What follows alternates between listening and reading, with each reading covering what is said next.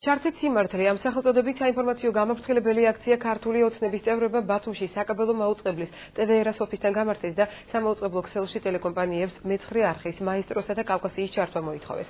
შესაბამისი მოთხოვნით ქართული ოცნების წევრებმა ტელეკომპანიაში აბონენტების ხელმოწერებდართული განცხადება დატოვეს. აქციის მონაწილეები აცხადებენ, რომ თუ ერთ კვირაში ტელეკომპანიის ხელმძღვანელები მოთხოვნას არ დააკმაყოფილებენ, ქართული ოცნება ქალაქში ფართომასშტაბიან აქციებს დაიწყებს და აბონენტებს მოუწოდებენ, რომ აღარ ისარგებლონ საკაბელო ტელევიზიის სერვისით.